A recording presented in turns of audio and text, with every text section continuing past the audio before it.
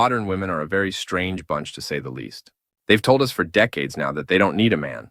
But with how much they complain about situationships, it seems not only do they need a man, but they even need a full commitment from him. They said they don't want to be tied down to a relationship in their 20s. They want to live their lives and have fun.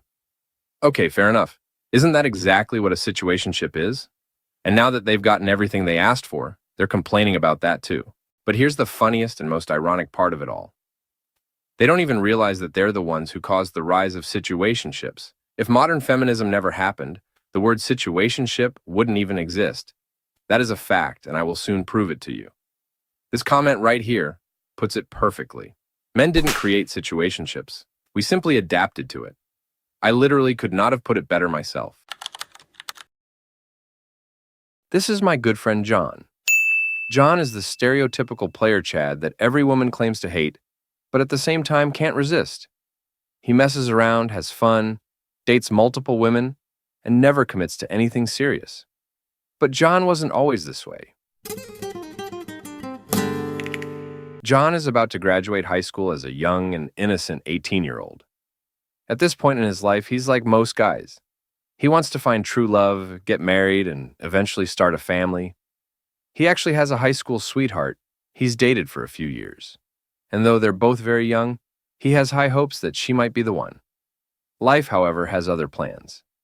The modern feminism movement was well underway, and by that point, everyone from her teachers to her parents were telling her to break up with John because she would have to move to another city for university. Men are trash. Put your career first. Girl power. They pile on the pressure until she finally gives in and is forced to painfully end the relationship with John. John tries his best to save the relationship, but quickly realizes there's nothing he can do. If he tries to convince her to stay, he's going to be the loser boyfriend holding her back, and no one will take his side. John painfully accepts the situation, and like any young guy losing his first love, he is devastated. John is a smart guy, however, and he learns a valuable lesson in all of this. The world is changing, and he has to find a way to adapt. After taking some time off to work on himself, John is ready to re-enter the dating market after a few months.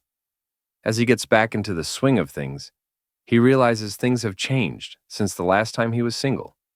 People are no longer dating through friends or meeting people in real life. It's all about social media and dating apps now. Fortunately for John, he's a rather good-looking guy, and with a few good pictures, he's getting matches and setting up dates. Even for John, though, the nightmare of modern dating is starting to rear its ugly head. Sometimes he sets up successful dates, but more often than not, he has to deal with the usual headache of ghosting, being ignored, being left on red, the list goes on. So once again, John realizes he has to adapt. The first thing he realizes is he can't put all his effort into pursuing one girl. The risk that she ghosts him or just loses interest for no reason is too high. So he begins to build a roster, a digital harem of many different girls he talks to at once. This way, in the event it doesn't work out with one, he can easily move on to the next one. The strategy works. He sets up 5 different dates with 5 different girls, Monday through Friday. A few of them flake as you would expect, but because he has backup options, he doesn't care. And he's not as disappointed as he would be if he put everything into one girl. One day, he even sets up 2 dates on the same day, one at 7 and one at 9. He's gotten pretty good at predicting which girls are a high risk to ghost. And sure enough, the one at 7 flakes on him. But no worries, he still has the one at 9 to follow up, and this one shows up. He uses his good looks and charm and gets lucky with her. John is absolutely living it up right now. But on the inside, he feels a little empty. But ultimately, there's nothing he can do. This is simply the world he adapted to, not the world he wanted.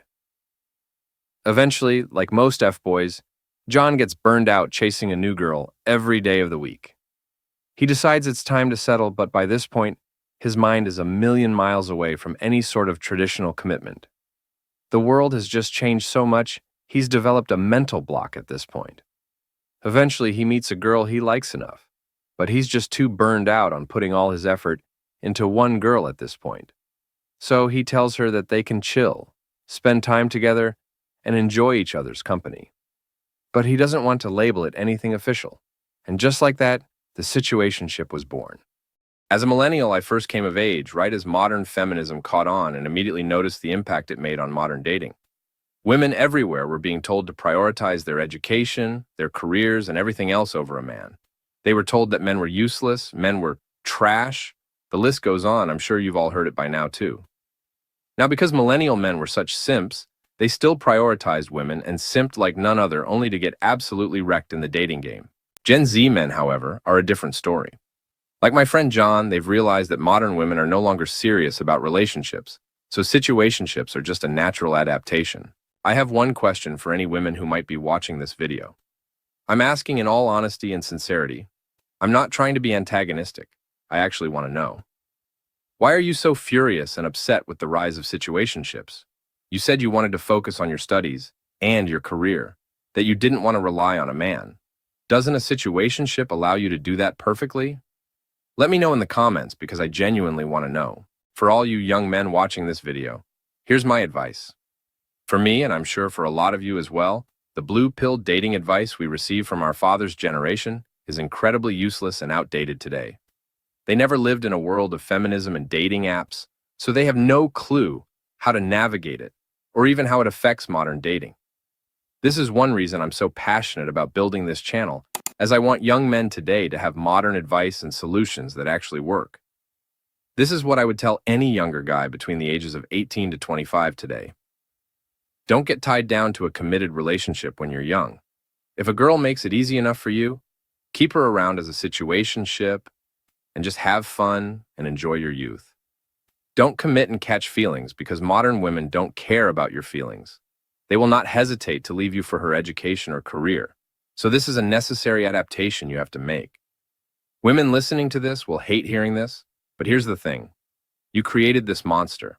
I will end this video by circling back to what I said in the beginning. Men didn't create situationships, we simply adapted to them.